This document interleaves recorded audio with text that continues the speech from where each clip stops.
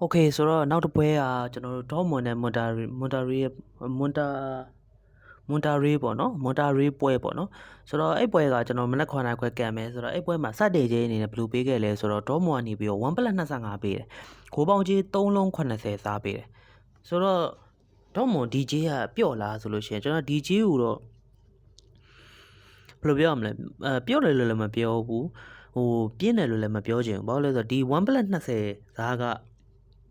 ပြောရင်ပုံမှန်လောက်ပဲဒေါမွန်တလောက်ပဲပြည်တယ်ဘာလို့ဒေါမွန်ကလည်းအရင်ဒီကလပ်ကပဘလမှာဘာမှမလုပ်ပြရသေးတာအရင်ကောင်းတယ်လို့လည်းကျွန်တော်တို့မခံစားဘူးဗျာဟိုဘက်ကတစ်ဖက်ကကြည့်တော့လေမွန်တာရီဆိုတာကဟိုပါပေါ့နော်ဗာလေဒီဆာဂျီယိုရာမို့စ်လောက်ပဲကျွန်တော်တို့သိတာဆာဂျီယိုရာမို့စ်ပါတဲ့အသင်းဒီမက္ကဆီကိုအသင်းလေးပေါ့ပြောရင်ကစားအားကောင်းတယ်ဟိုမမထန်ထန်သူတို့တောင်မီလီကအသင်းနေပုံစံပေါ့ဗျာဟိုမမထန်ထန်ကစားတယ်ဟိုဘယ်လိုပြောရမလဲကန်စစ်ကိုအားပြုပြီးကစားတယ်ပေါ့ဆိုတော့ဒေါမွန်ရဲ့တိုက်စစ်ကိုကျွန်တော်ပြန်ကြည့်မယ်ဆိုရင်ဒေါမွန်တိုက်စစ်ကလည်းအားရစရာတော့တိတ်မရှိဘူးတဲ့ဆိုတော့ဒီဂျေးကပြောရင်ဟိုဖြစ်တဲ့ဂျေးလောက်ပဲလို့ထင်တယ်ဒါပေမဲ့ညနေဂျေးပြောင်းမှာကျွန်တော်ဘယ်လိုဖြစ်သွားလဲဆိုတော့1+50ဖြစ်သွားတယ်ကိုပေါင်းကြီးကတော့3လုံး80စားပဲဆိုတော့1+20ကနေပြီး1+50အထိကိုကျွန်တော်တို့ကြီးပျော်သွားတယ်ဆိုတော့1+50ကြီး1+50ကြီးကကျွန်တော်တို့နည်းနည်းစဉ်းစားရတဲ့ကြီးမျိုးဘာလို့လဲဆိုတော့မနေ့ကအင်တာမီလန်1+50ပေးတယ်ကျွန်တော်တို့ကြီးကြတယ်ဒါပေမဲ့အဲ့အင်တာမီလန်အရှိကက်ရက်မှာပဲဘယ်သူကပေးလဲဆိုတော့ဖလာမင်ဂိုစ်နဲ့ဘိုင်ယန်မြူးနစ်မှာဘိုင်ယန်မြူးနစ်ကနေ1+30ပေးတယ်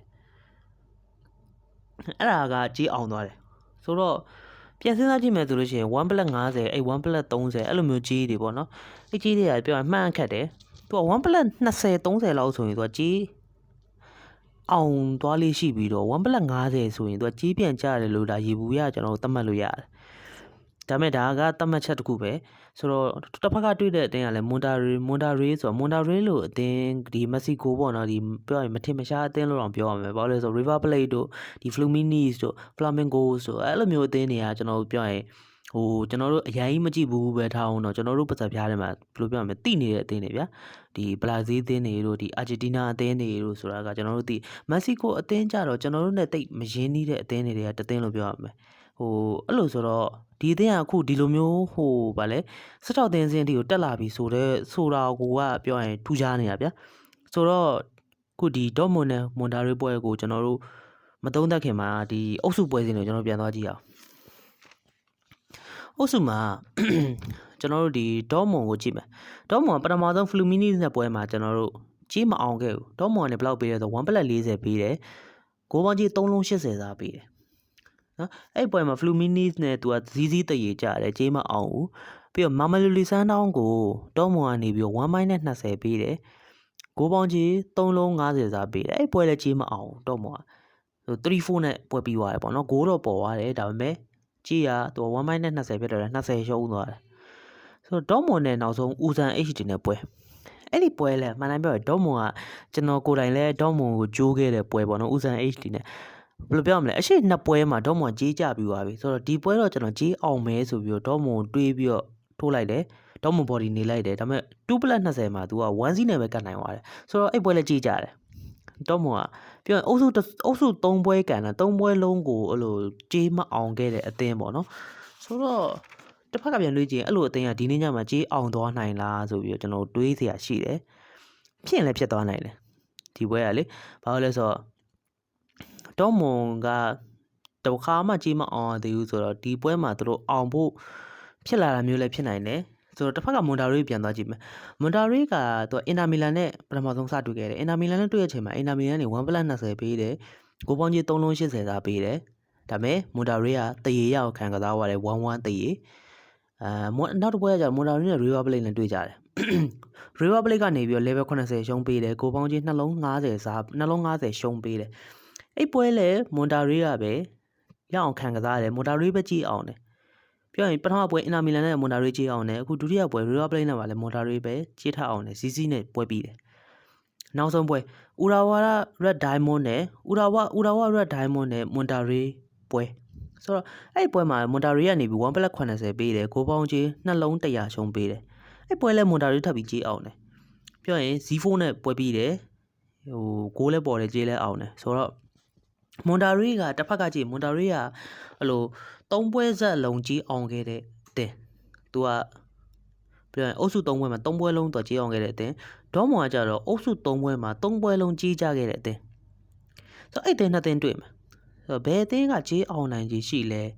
ဘာလဲဆိုတာကိုကျွန်တော်တို့အနည်းဆုံးခံမှန်းကြည့်ရမှာဆိုဒီပွဲကကျွန်တော်တို့ဒီ body နေရာဘာညာထက်လေ3လုံး80စားဆိုတဲ့ဂိုးပေါင်းကြီးကိုပဲကျွန်တော်တို့ကြည့်ရလိမ့်မယ်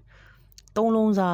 မှာ80စား80ဆိုတာကပြောရင်အပြည့်နီးပါးစားနေပြီ3လုံးသွင်းလိုက်တာနဲ့စားနေဖြစ်တဲ့အတွက်မွန်တာရီကခံစစ်ပြင်မျိုးကစားလာမှာပြောရင်ဒေါမွန်အသင်းရဲ့တိုက်စစ်ကလည်းအားရစရာမရှိဘူးဒေါမွန်ကဘာဖြစ်လို့အားရစရာမရှိလဲဆိုတော့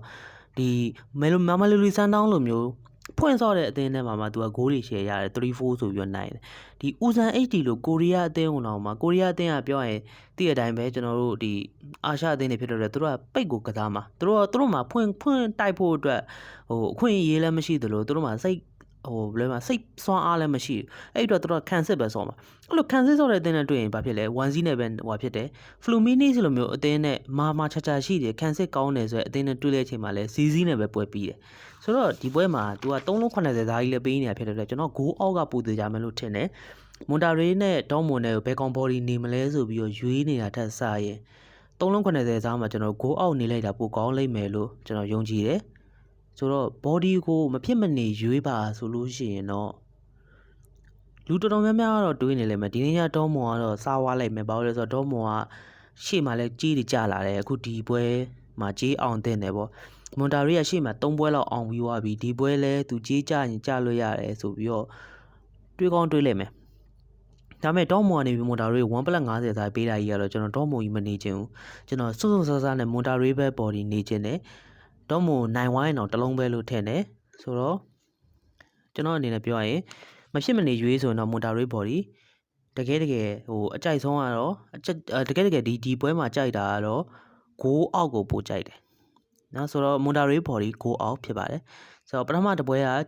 ဂျူဗန်တက် body ဂိုးအောက်ဖြစ်ပြီးတော့ဒုတိယပွဲကမွန်တာရီ body ဂိုးအောက်ဖြစ်ပါတယ်ဆိုတော့